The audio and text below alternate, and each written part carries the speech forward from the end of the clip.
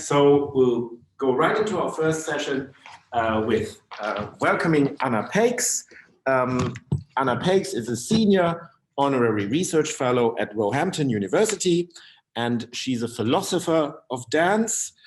Anna has published on a range of philosophical themes relevant to dance and performance, including the mind-body problem, Husserlian phenomenology, the epistemology of practice as research, reenactment, and the metaphysics of dance works.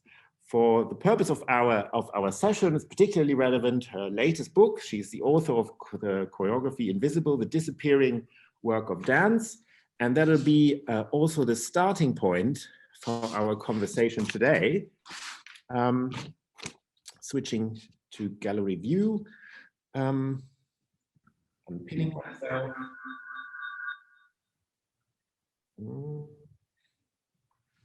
How are we doing? Okay for audio? A bit of echo in the sound for me, anyway.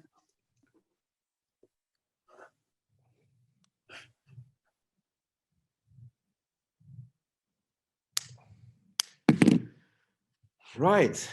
Good morning, Anna. Good morning. Hopefully that'll work now without an echo. Yeah. Yes. Yeah. Good morning, Anna. I hope the costume situation isn't too distracting.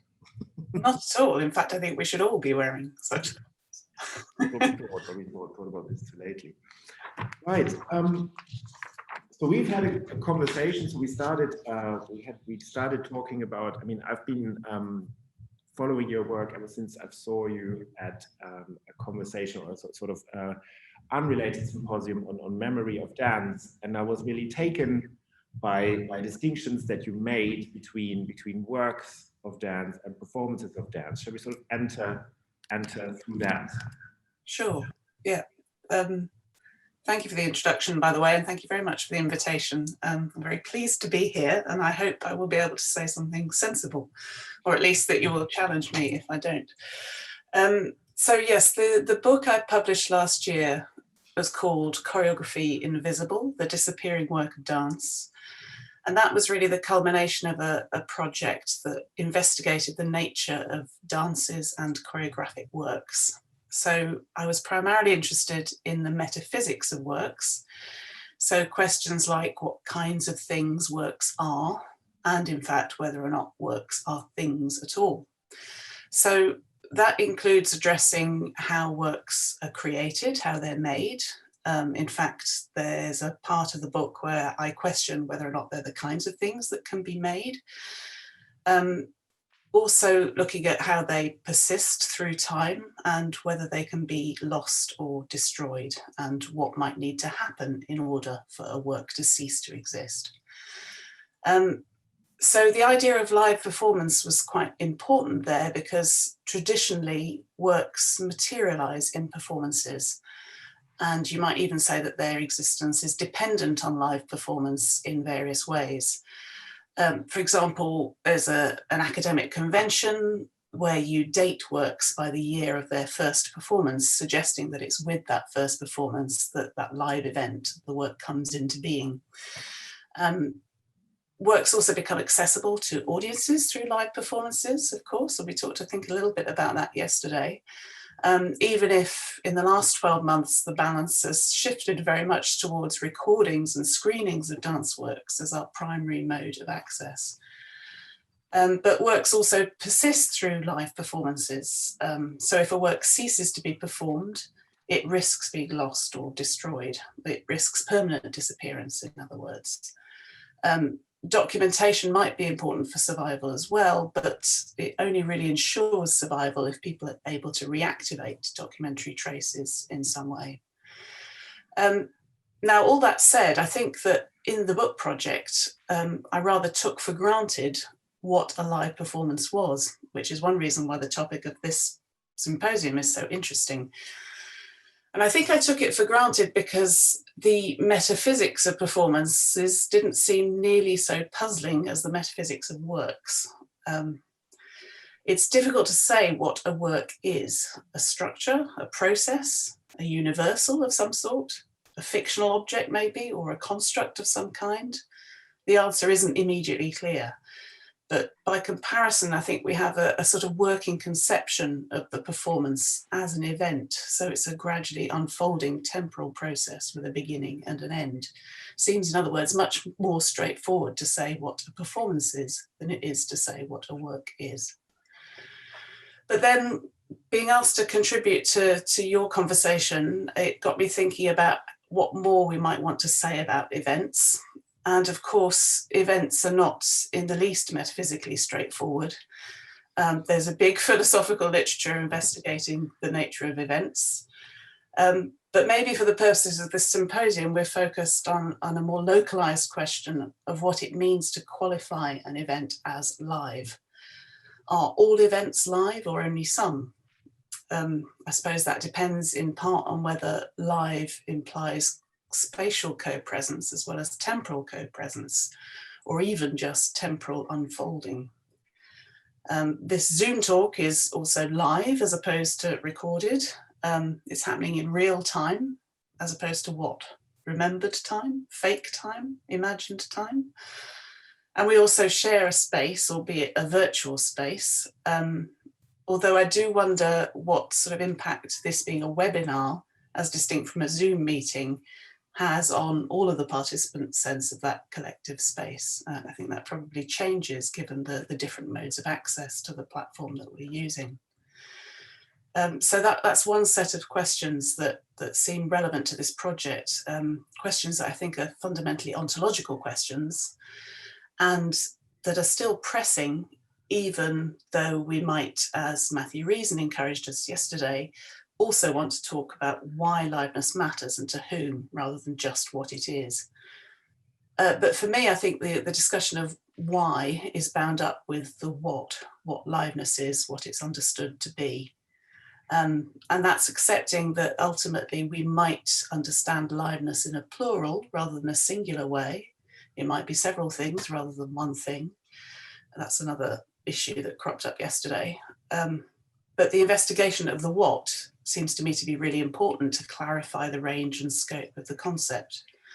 And that investigation, whether it's explicit or implicit, also, I assume, must shape attempts to engage with liveness neuroscientifically. If nothing else, you've got to make decisions about which situations to study and which phenomena within those situations to measure. Another sort of preliminary observation based on our discussions yesterday is that we also might want to distinguish between classificatory and evaluative senses of the term liveness. To some extent, I think we blurred those two things yesterday. That's not necessarily a bad thing, but I think it's something that's interesting to note. So a classificatory sense of the term live would simply be a way of, well, we sort different things in the world into those that count as live and those that don't. And the mere classification doesn't in itself imply any kind of value attached to the things in that camp as opposed to the things over here. Whereas an evaluative sense of the word live would be to say, well, somehow this experience is good or engaging or positive because we're calling it that thing, we're calling it live. And I'm curious about the kind of the very word liveness that sort of nominalizes an adjective, makes this into this big abstract noun. And I wonder whether that already pushes us towards an evaluative use of the term. So liveness becomes a kind of full presence or engagement. But it struck me yesterday that I could participate in a live event like a performance or a rugby match or a political rally without experiencing liveness in that more freighted sense. So I might feel disconnected from the action for various ways, or I might find it dull, but it's still a live event in the classificatory sense, even though it doesn't exhibit liveness in the value-laden sense.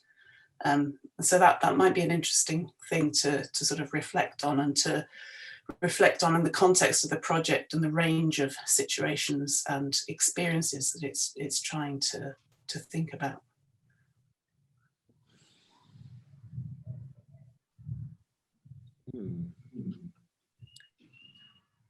Lots in there already.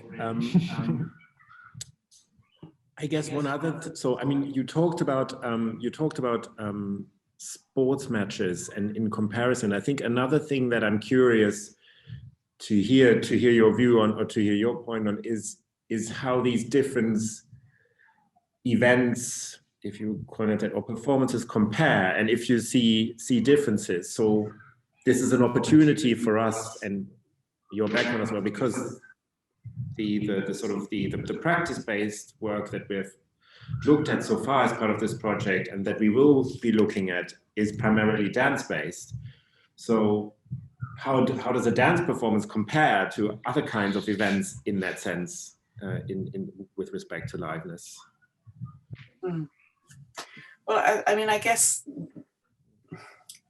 the first thing I would want to say there is that dance performances might take a range of different forms. So whether there's a particular kind of liveness that's associated with dance as distinct from other events, I'm not so sure. I mean, I think if people often talk in terms of kinesthetic communication, and that being something that's very important to dance as distinct from some other kinds of event or performance. But then I guess kinesthetic communication can happen if I go to a rugby game as well. I can kind of feel in my own physicality the force of the impact, or the speed of the run, or the sheer grind of working through a set of moves.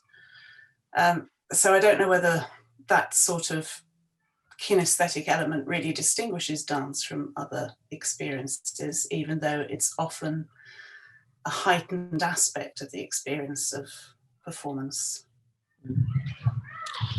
Something that I am very interested in, and I often come back to, is an approach to dance as an opportunity to work through embodiment on an investigation of embodiment. And so for me, if I have some assumptions right now about the relationship between dance and liveness, it would be connected to that.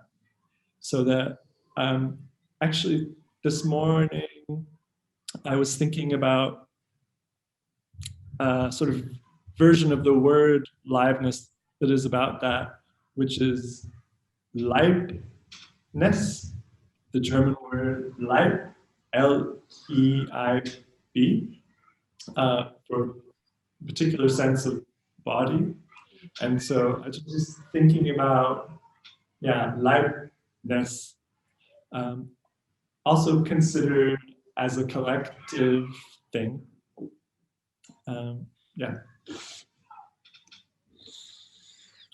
Yeah, I mean, that sort of leads us into thinking about the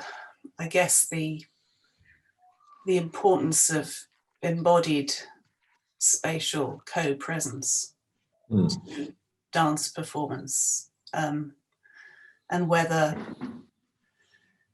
that makes a sort of significant difference in when we undergo, as we've done in the last 12 months, a situation where suddenly we don't have the opportunity to go and be together with people, with a group of people in the context of dance, in a specific space. But then there are mediated ways in which one might engage physically with others, of course, because there is also a kinesthetic response to screen dance. In fact, some kinds of screen dance can really kind of heighten that sense of kinesthetic engagement, I think, because of the way they use the medium to draw attention to those physical features. So that might make me think twice about wanting to assert the spatial co-presence as essential to dance performance, even though I can see how in many cases where we are together in a room dancing, that makes a really different difference, a real profound difference to the way that we experience the event. Is that sort of responding to? The thing that I can add is that for me, I'm partly talking about the presence of uncertainty in liveness, and the way that when I think about live performance being primarily about human bodies, for instance, then always already implicated within that is the unpredictability of the unfolding life experience of those bodies and persons and relationships. And the idea that, for me, an unscriptedness or unpredictability is always a part of how I think about choreography. Yes, I mean, I was sort of thinking about this. We talked the other day about improvisation versus sort of fixed choreography. I was trying to think again about that in relation to some of the ideas I explore in the book around the sort of recognition that often when choreographers make work, they don't do so by first writing a score. Now, I want to qualify that in a minute, but at least writing a score in the way that a classical music composer would write a score, specifying really precisely the parameters of the way that the performers are going to play. Again, you might want to qualify that by saying, well, there are different types of score in music, and that's of course true, but there are nonetheless scores that they're very thick in their specification of what the musicians are going to do. But with dance processes, in terms of my own experience of primarily Western contemporary dance, it's more typically the case that making happens in the studio amongst a group of people who try things out and then gradually come to an agreement about what they're going to perform.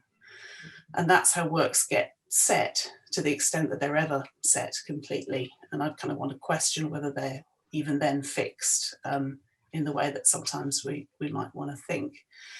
Because only some parameters are fixed, not all. And that sort of seems to me to be in the nature of dance as a performing art. And it's not a problem, it's part of the value of dance, that performance is always going to be different each time that you perform a work. Now, you might have a kind of contemporary open-ended score that's also used in the process of generating movement, but it doesn't play the same role of kind of constraining the action as a classical music score perhaps does. And it seems to me that the sort of opposition that we tend to fall back on between fixed choreography on the one hand and improvisation on the other, I don't see those as two radically different types of thing. I think they're kind of points on a spectrum of more or less tightly constrained or agreed action. And so that's sort of tied up for me with the notion that works are structures of action rather than fixed structures of movement. And that's what makes kind of repeatability of a work something other than its replicability. It's not as if in each new performance we're trying to copy what a previous performance did. What each new performance is doing is trying to re-embody those principles or structures that were agreed upon in the process of making the work. And it's always going to appear different in some respects, but I guess there's also a kind of philosophical puzzle around what it is that remains the same in those cases. And these things are sort of in dialectical tension with each other. I would say, however specifically the work is fixed, or however thickly the work is specified.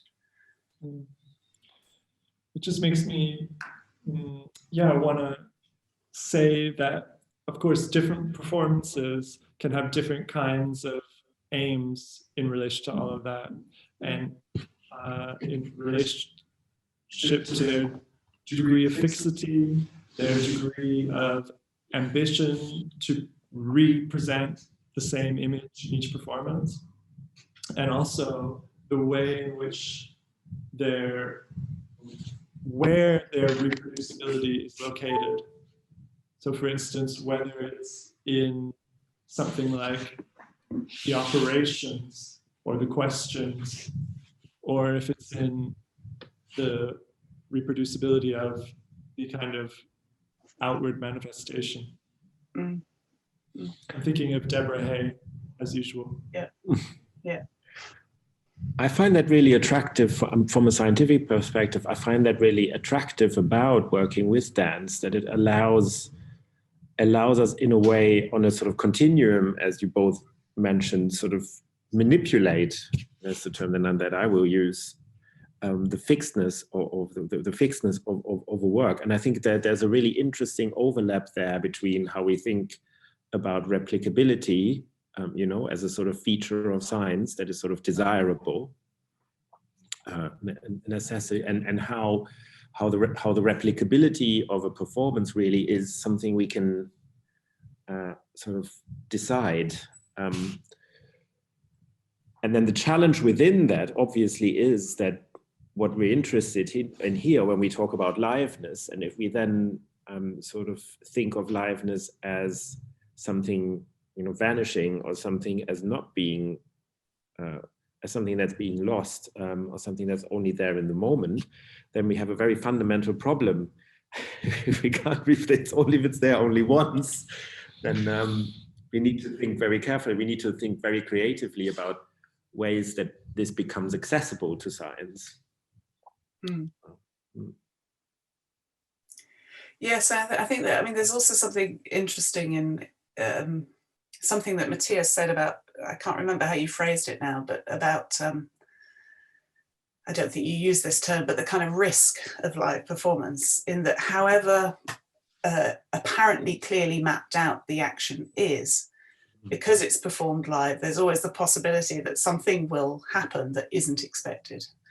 So it's the kind of latency of risk, if you want to put it that way, or a latency of danger, which gives the performance a kind of quality and an atmosphere that a screening of a pre-recorded thing wouldn't have, I think.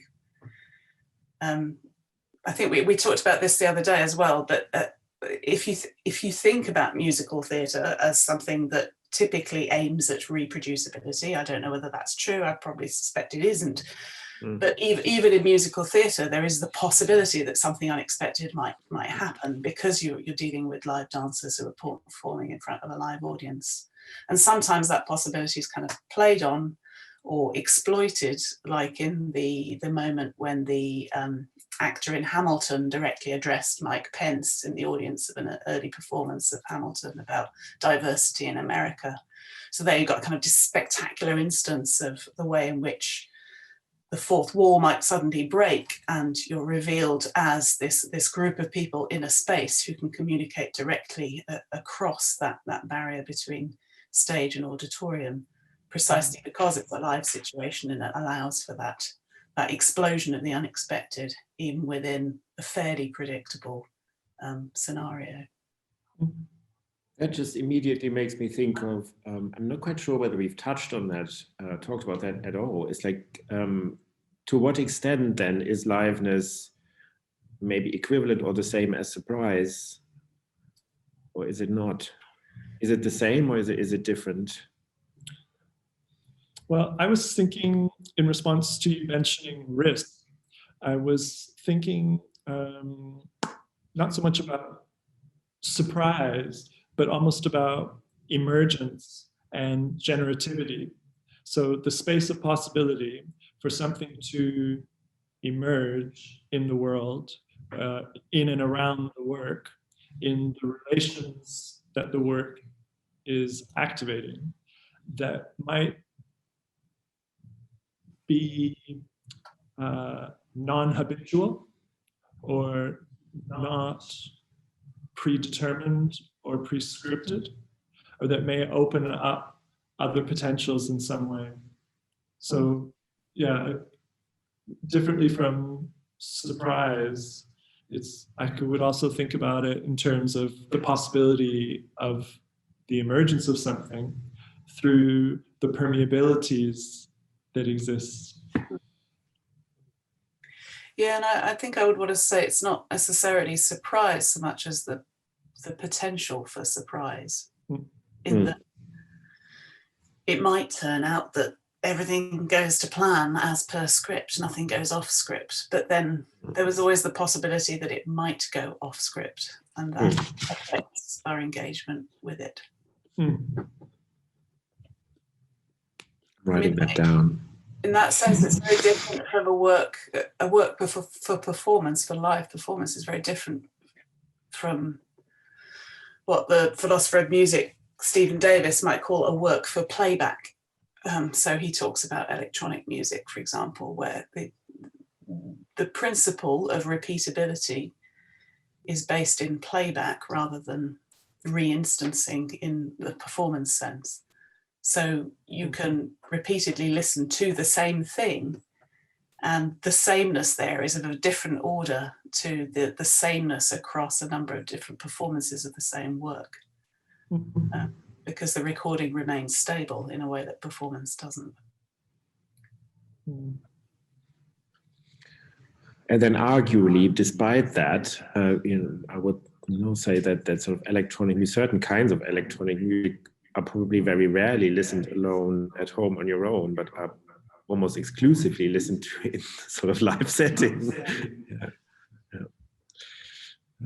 I guess that there are different within the live situation. There are different arenas of experience as well, in that you might listen in a group to something pre-recorded, in which case the experience of liveness is within the group listening, but not necessarily in the relationship between the group and the thing listened to. But that's a different situation to one where what's going on in the rock concert or in the performance is happening in itself live, and the audience is also responding live. So that makes me think whether so it's more of a question, something that we haven't, so we're sort of sailing around, but we haven't really sort of made it explicit, whether it is possible. So do we think it is possible to define necessary and sufficient condition for aliveness? Or is that something that, is it a form of something? I want to say that taking the idea that there are perhaps an infinite multiplicity of possible livenesses, I think my tendency would be to say that you could define necessary and sufficient conditions for a liveness, but not necessarily for all livenesses. Or that would be something much, much more complex. Yeah, I mean, I don't know. I haven't thought about what necessary and sufficient conditions for liveness might be, other than to vaguely gesture at ideas about co-presence, whether spatial or temporal. But there might be other ways of characterizing the phenomenon without going down the route of definition in terms of necessary and sufficient conditions. So maybe it's a kind of family resemblance concept where each instance of liveness resembles another instance of liveness in some way, but you might have A resembling B, resembling C, resembling D, but A and D don't resemble each other in any way at all, except insofar as they're mutually related through this chain. Or maybe you have a sort of disjunctive definition where something is live if there is either spatial presence or temporal co-presence, or both. Or maybe it's a kind of cluster concept where there might be a list of things that are typical of live experience. Each individual instance doesn't necessarily display all of those features. I mean, I think all of those ways of trying to engage with what liveness is would probably be helpful in terms of scoping the concept. And probably you'd have to go further down the route than I've just done of working through those different possibilities to then work out whether liveness is the kind of concept that has necessary and sufficient conditions. It might not be. What you said earlier about co-path. Like I remember last time we spoke, I was really I really enjoyed you talking about different ways of seeing and how that would impact on what we might consider life and what wouldn't, and how seeing is differently conceptualized in philosophy. Yes, I mean, I won't talk generally about philosophy here because I'm not knowledgeable enough about the philosophy of visual perception, but there's certainly a debate in philosophy of dance about whether when we see recordings or screenings of dance performances, whether we really see the dance. So it's a sort of debate over the status of filmed or recorded dance, whether actually dances can be manifest in films and recordings. And it isn't just a question of sort of recognizing how some kinds of documentation often flatten the image or distort certain features of the live performance. It's more a question of whether there are aspects of seeing dance where spatial co-presence is essential to the seeing. So the argument might go that, well, you don't genuinely see something unless it literally passes before your eyes. And some people have argued there's a kind of spatial dimension to visual perception. So as an embodied being, I see from a particular perspective, and I'm able to locate myself spatially and temporally in relation to the object. That's what it means to see it perspectively. So if I see a dancer in the corner of the studio, I can implicitly or explicitly know where I am in relation to her.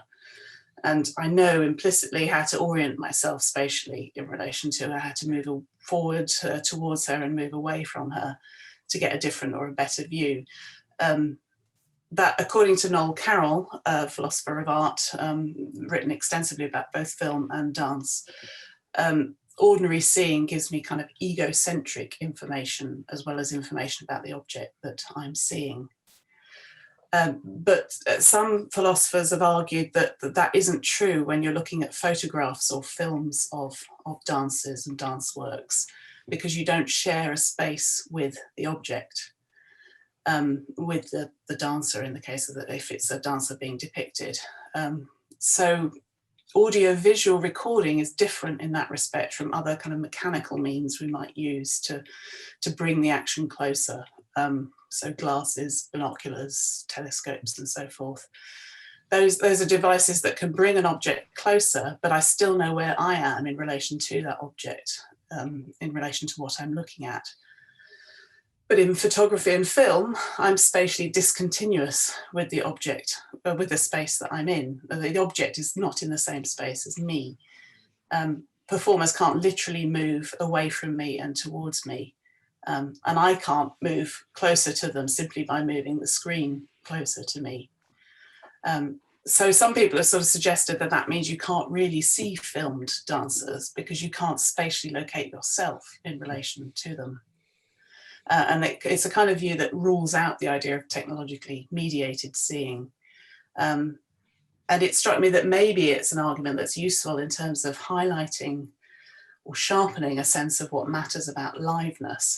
But it's not an argument that I happen to agree with.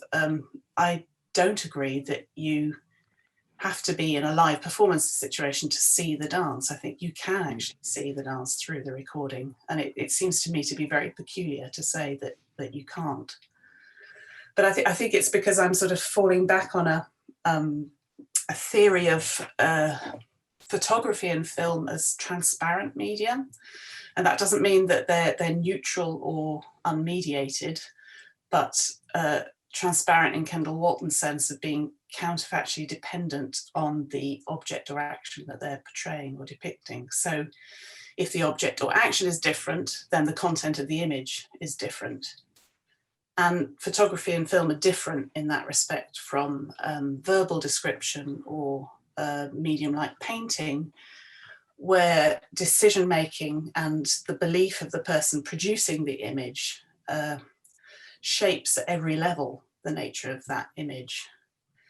in photography and film, there's a causal process that means that the thing is captured in a way that it's not in painting and verbal description. So in some senses, we're kind of put into direct contact with the object, at least insofar as the object remains or the image remains unmanipulated.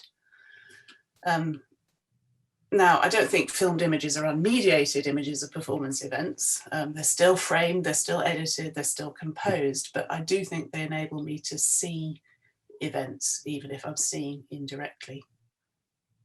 And I think that's sort of supported by ordinary ways of talking. I mean, I might say, I've seen that dance on video. That doesn't seem like an odd thing to say to me. Mm. Or I might say, I've seen it, but never live. But I'm still suggesting I've seen it, and I still believe, I think, that I've seen it. Mm. Likewise, it seems to me really odd to say that I didn't see the Royal Ballet performing The Dream last week, even though I watched the live broadcast in real time. I don't really see how it could be plausible that we didn't see the dance happening in those situations, even if we admit that it's a technologically mediated type of seeing, or an indirect type of seeing, perhaps.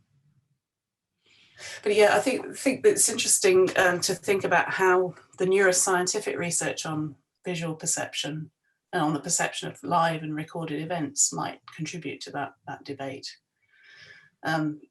I mean, it isn't, in my view, just a sort of semantic issue about what seeing means, but a question of what kind of neurophysiological structures underpin our perception, and how the perceptual process operates across different kinds of situations where dance is viewed. It seems to me that the neuroscientific research has great potential there to, if not to solve the issue, at least to kind of produce data that is relevant to the debate. I mean, there's two things that I would say to that. The first one is that, I mean, from a psychological or neuroscientific perspective, there's no such thing as unmediated seeing. There's always transduction happening. You know, images fall on the retina, get reversed. It's a very poor input. So in that sense, there is not much of a difference between, I guess, the input or the loss of information that happens in the process of normal seeing in the translation from the retina to the cortex, for example, is much greater than if that is now seen through a screen. And I'm going back to Daniel Richardson of yesterday now, and I would say, I guess, we might invite in in a bit around that to comment on that. But I would guess he would say that the difference between seeing something on a screen versus seeing something live is that the other person can look back.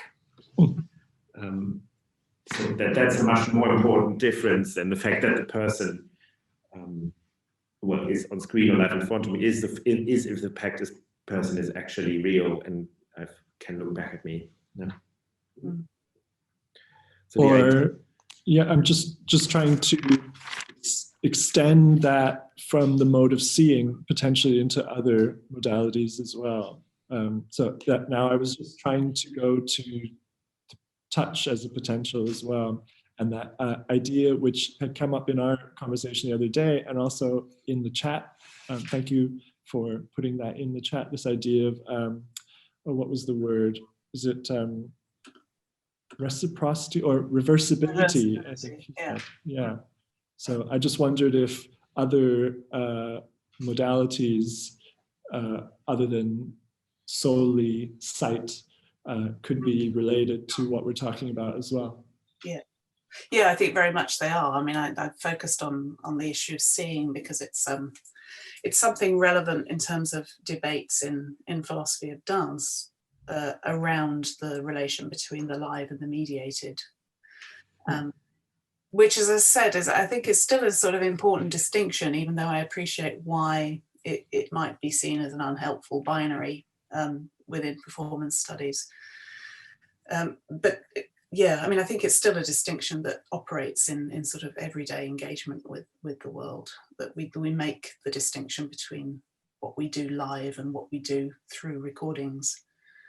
But I think that obviously I've sort of completely failed to address the acoustic dimension of performance, and that is certainly crucial to even much traditional performance, let alone performances that move beyond that frame. And something that I thought yesterday, in fact, talking to a colleague, might be interesting to think about is the relationship between dance that happens on stage and music or other sound score, and whether that's played live or whether it's played recorded, and what difference that might make to the quality of the performance or the nature of the performance happening. I mean, it's very common in some dance genres to use live musicians, but in others, using recorded music is much more prevalent. And again, I didn't get very far down the route of thinking about that, but it seems to me to be something that affects the nature of what we see and the way in which audiences engage with that, acoustically as well as visually. I also, from my history of practice, I would also say that I have a different felt sense experience of those different situations. That I have had the privilege of performing sometimes with lots of live musicians, and I guess also being an audience member in those situations. And yeah, the felt sense of those experiences is different. Mm. Not that I'm working with music very much these days anymore, but. I wonder if this is a good moment to bring in, there's a very rich conversation happening in the chat. If we want to bring in some of those comments and questions, I also would like to invite people who have commented in the chat. If you would like to make a sort of verbal point now, we can bring you in as panelists, or we can hand you the microphone. So if you would like to say something, which is sometimes easier, then just raise your hand and we will give you the microphone. And definitely invite that. In the meantime, I'm happy to probably read out a few things. So one of the first things from Christina Regorosa, I think a productive way to distinguish contemporary dance from other kinds of events are the processes that characterize contemporary dance practices, which are informed by somatic methods. Carla Fernandez agreeing, football is certainly also unpredictable in performance, but it's not an art. I'm sure plenty of people would say that football is an art, but not, yeah, but I definitely understand the point.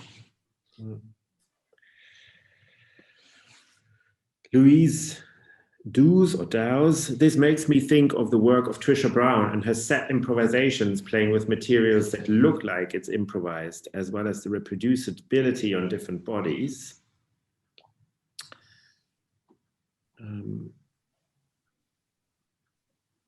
Something more on somatic methods. To Carla, would you like to elaborate on that?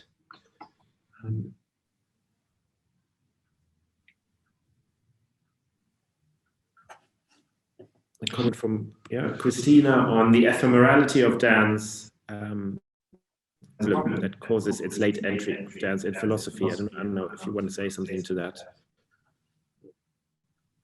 Matthias, were you about to say something?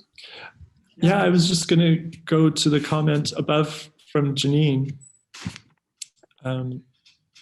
which was maybe helpful to think of iteration here to embrace all the partnering that makes the thing possible. Too many variables and sensitivities to enumerate here. And that really helps me to focus on the idea of relationship in this discussion about liveness, and the multiplicity of relationships in a process, not just in the time frame of a performance, but the wider life worlds around the world.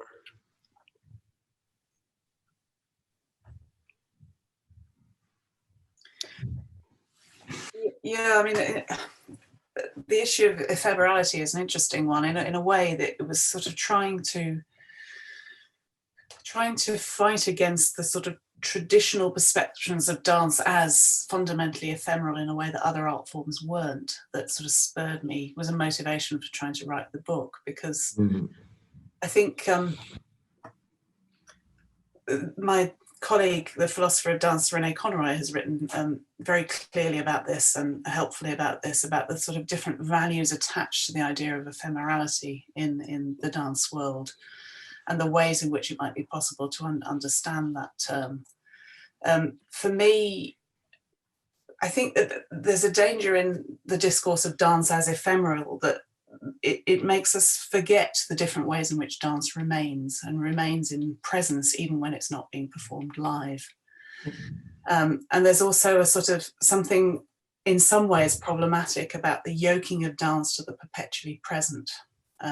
As Christina's suggesting in the chat there, it's one of the reasons why dance hasn't been a focus of sustained philosophical investigation in all traditions, because it's seen to be so yoked to the present that there's nothing that you can say about it beyond that present engagement. And that's something that I think has stood as a barrier against kind of reflection on dance in the past, which is a shame. And it's also not entirely true to the way in which we experience dance within at least the Western cultural context, but I'm sure also others. It's also something that's discussed in really interesting ways in Frédéric Pouyaud's book on working choreography, where he talks about a sort of transcendental absenting of dance from philosophical discourse, on the grounds that dance is seen to be so mired in the present that you can't say anything general about it as an art form at all, because it doesn't produce works, which of course is just not true. Dance produces works. They may have a different kind of character. There may be different sorts of things to the works of painting or sculpture or classical music, but there are works there nonetheless. There are objects of a kind, even though it might be difficult to say exactly what kind of objects they are. I just want to say that, yeah, I always have a really strong reaction to this kind of a kind of philosophy that excludes the present and that excludes the embodied, the complex, the moment. I always feel like that seems so ridiculous to me. That like, let's articulate a philosophy of life which excludes lived experience. It seems inadequate to me. And I tend to feel that perspectives from dance practices are very helpful at articulating that it actually is possible to broach those things, to investigate those things while being in them and while learning and discovering and navigating those complexities. Yeah, no, I would agree with you completely. Yeah, then again, I'm not sure. Lived experience isn't a focus of all types of philosophy, although it may be brought into focus by some. And there may be kinds of philosophy that don't talk directly about lived experience that nonetheless have implications for it. But I think it's really important, as you say, for there to be that kind of porosity between different types of discourse that allows for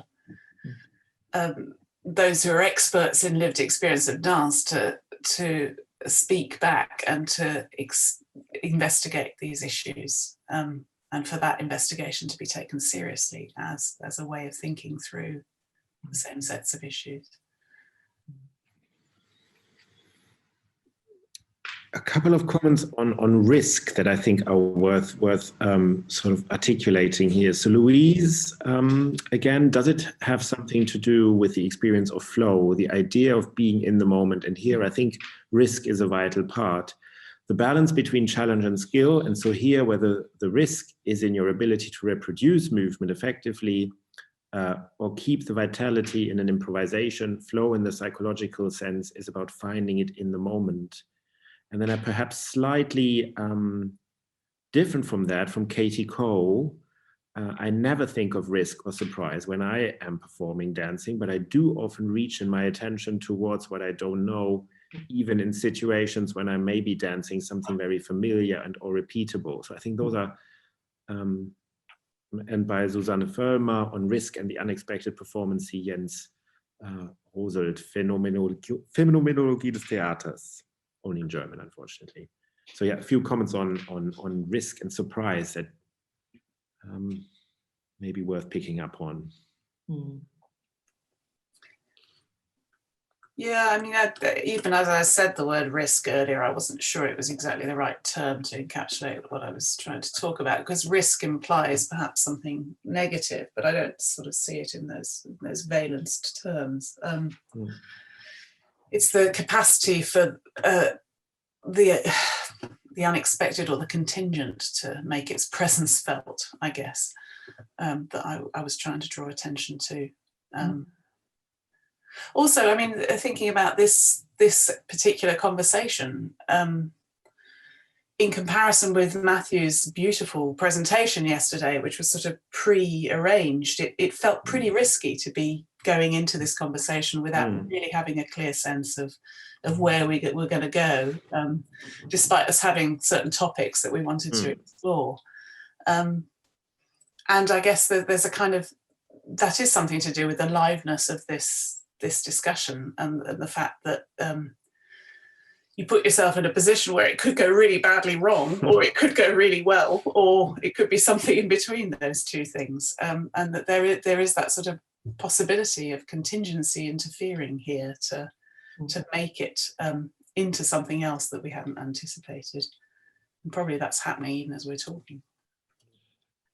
It's making me think about that contingency as a resource, potentially as the resource within liveness, let's say.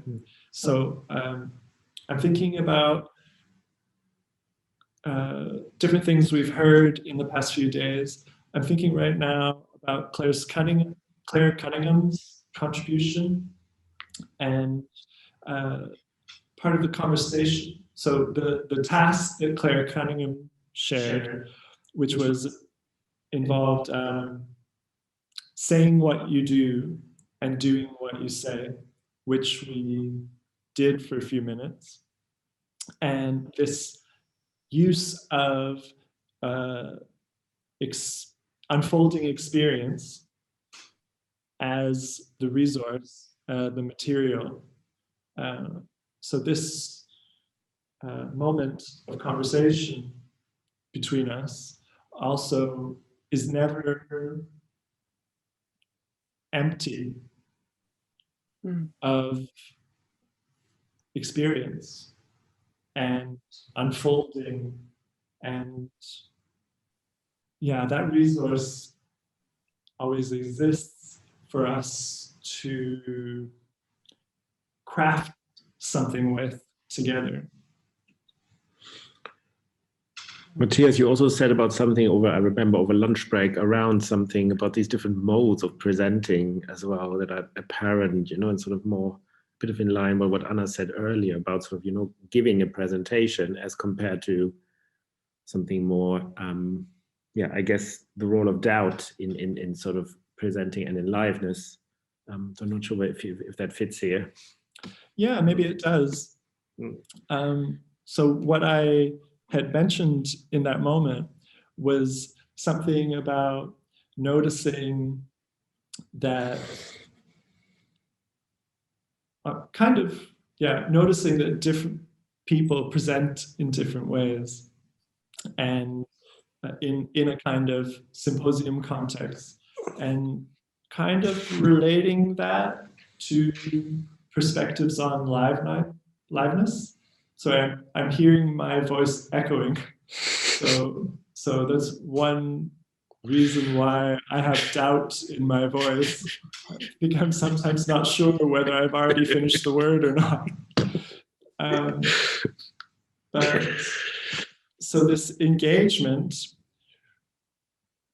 in liveness as a material and a condition within which we might be working, conversing, investigating, or liveness as something that is apart from us, which we're talking about, and which we're, for instance, I might, in that case, much more easily be able to very confidently feel that I'm saying something definitive and numerical, potentially, about liveness, rather than being in the condition of experience right now.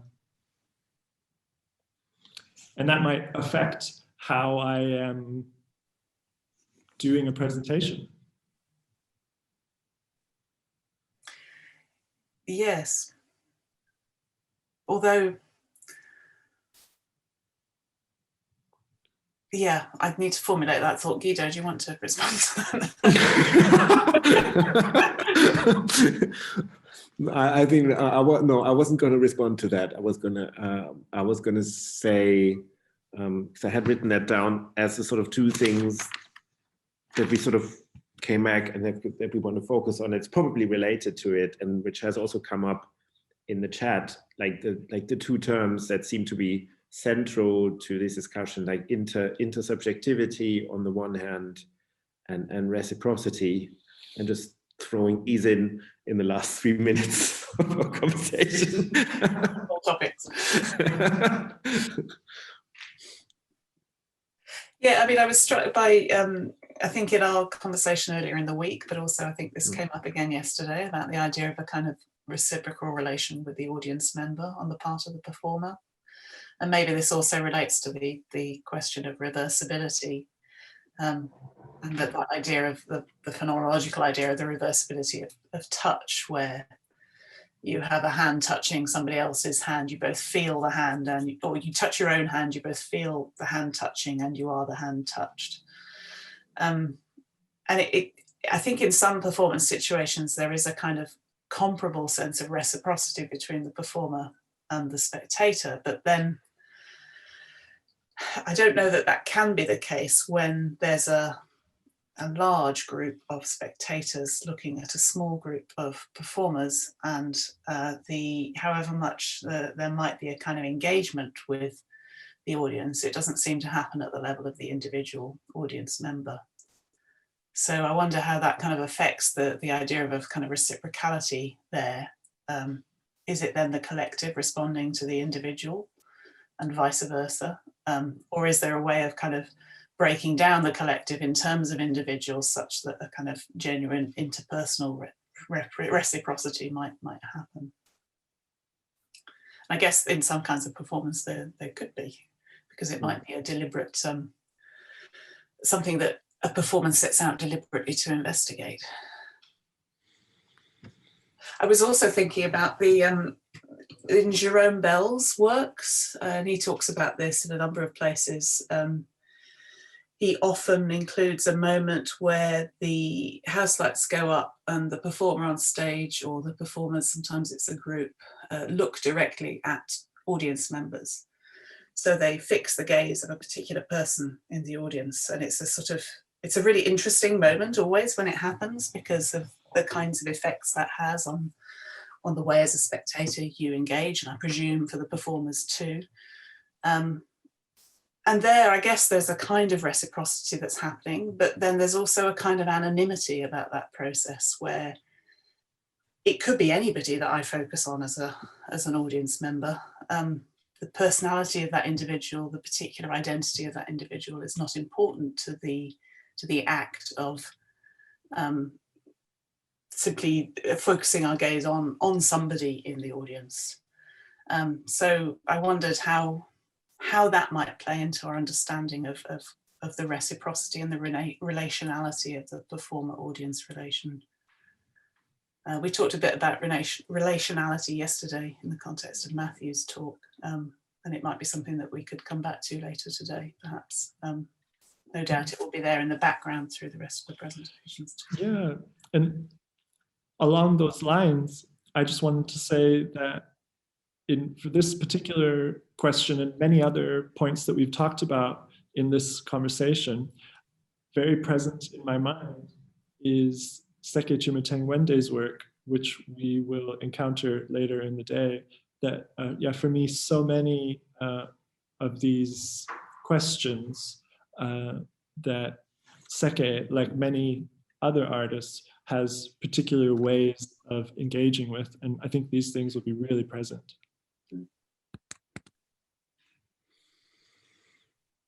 Yeah. Great. I think that's a great, that's a good moment to wrap it up, but not wrap it up for now. So again, there's lots and lots of interesting comments and questions and thoughts in the chat. I'm saving it, so I'm hoping that we'll somehow we'll document that. No, we will document that in some form. Certainly save it as well, so it's not lost. Speaking of lost, but please save your thoughts, and if you haven't been, if you feel like your view hasn't been quite heard yet, please bring it back at the general discussion, at the open discussion later this afternoon. I think for now we take a little coffee break, and we will be back at 12:15. I want to thank again Anna for her thoughtful thoughts. Well, thank you. It's been really enjoyable. I hope the audience. Applause. Anna? Thank you so much, Anna. Anna. Thank you both.